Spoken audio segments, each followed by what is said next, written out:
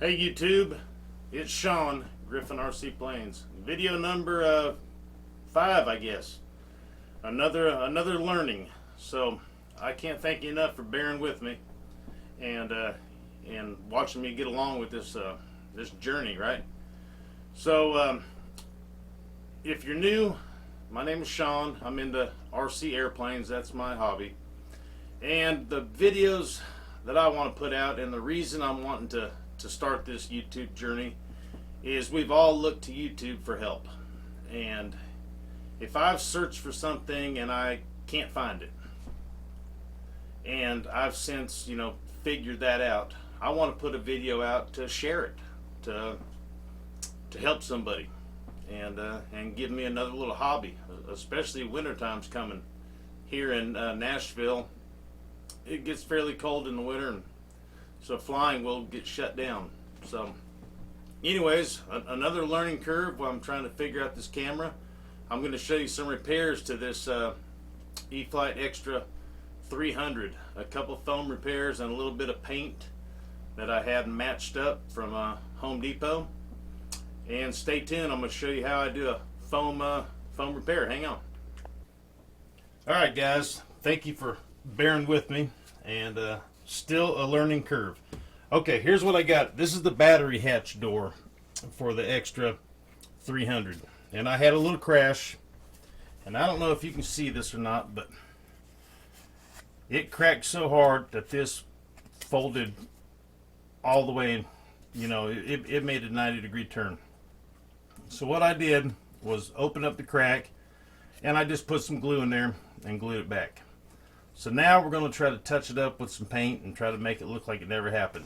And what we're going to use is, of course, some sandpaper. This is a piece of 220, just folded in half. This is drywall mud, joint compound, and I have it in a little plastic cup here to use. I also have some rubbing alcohol in a little squeeze bottle. And then this is some paint that I had mixed up at Home Depot called Behr, B-E-H-R, I guess. And I just took it in there. I took a piece of my plane, and he scanned it and matched it up pretty dang good, if you ask me. So here's how I'm going to make this crack kind of disappear. Is I'm going to try to scuff up the crack area, and I can still feel a little bit of glue where it kind of oozed out, when I pinched it shut. So we're going to get that to disappear. And this hatch is in pretty rough shape too. It's got all kinds of dirt on it and stain and stuff. So this entire plane's getting a rebuild, and you guys are coming along for it. Just let me figure out everything. Like I said in my first and second and third and fourth video, filming and doing these YouTube videos is a learning. Just like when we first started flying, we weren't all that great, and then we got a little bit better. Practice. So anywhere there's a rough spot or this glue, I'm sanding it out. You don't push real hard, but you want to push hard enough to go after what you're doing. It's a feel. You got to get a feel for it. These sides are a little rough.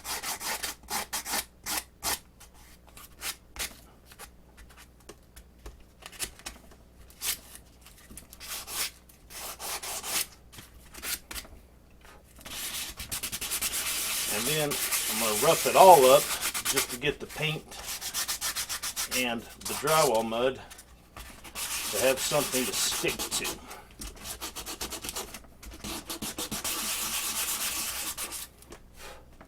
Then you can blow it off and take a little bit of rubbing alcohol and a paper towel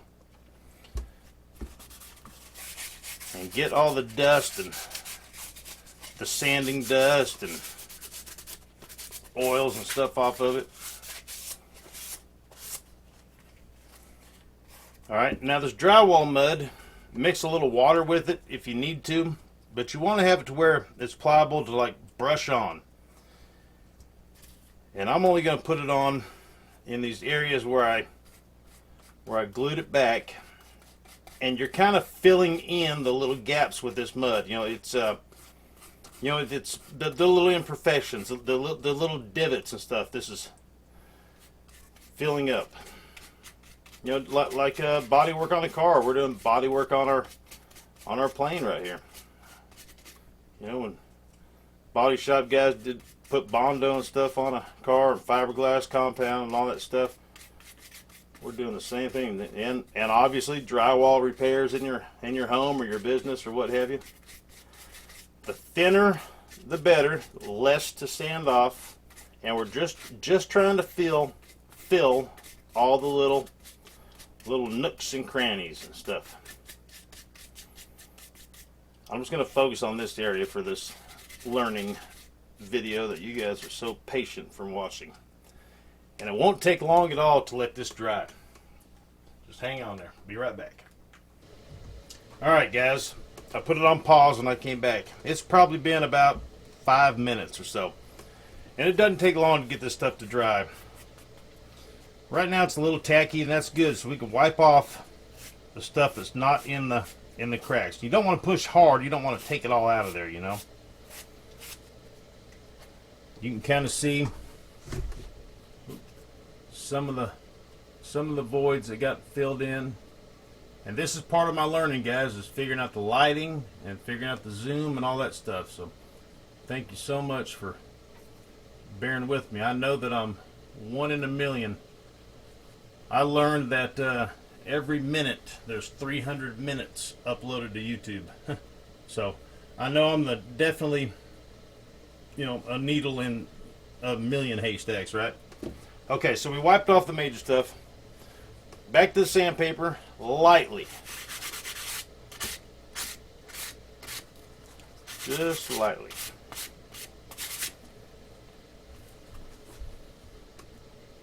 We still have some of the mud or joint compound here and there. Alright. And then back to the rubbing alcohol. Just lightly. You don't want to dig the stuff out you put in there,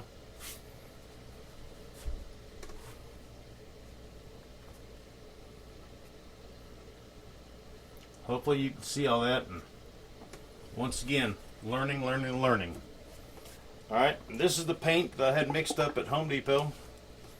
It's about $4 for this jar, and I bet you could paint the whole plane 5 times with this jar.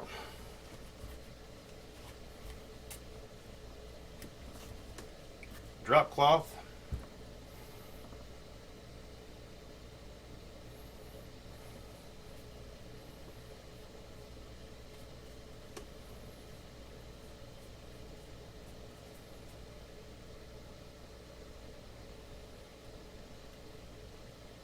Need to put it on pretty thick. It might take a coat or two.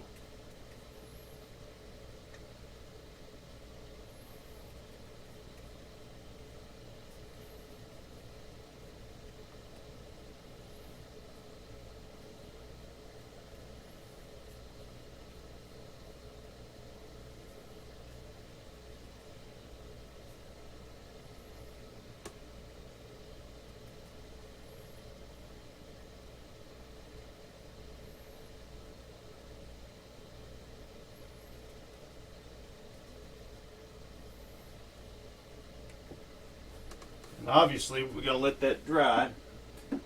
After that dries, and you've applied a second coat if you need it, then you go back and you cover your plane with this Minwax water-based polyacrylic. And that is what gives it the glass shiny sheen. That really makes it good. It makes it stand out.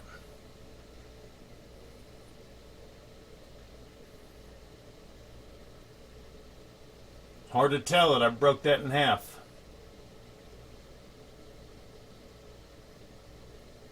You can still see a little line, I guess. But we'll give it one more coat. Actually, we'll put that on right about now and get some off this lid.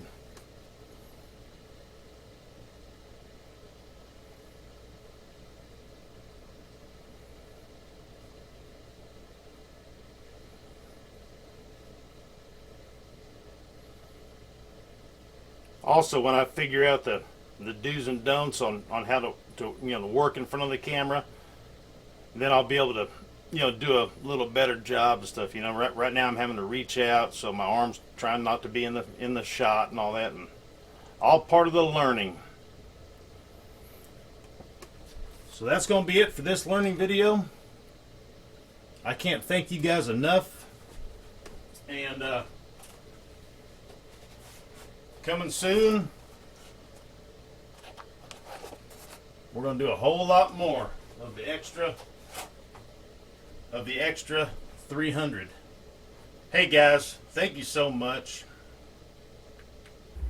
Hey, once again guys, hey, thanks so much. Like I mentioned, I heard that there was 300 minutes uploaded every second, something crazy like that on YouTube. And so I'm definitely, like I said earlier, the needle in a million haystacks. And I can't thank you guys enough. Let's see how long it takes to get to the 1,000 subscriber mark.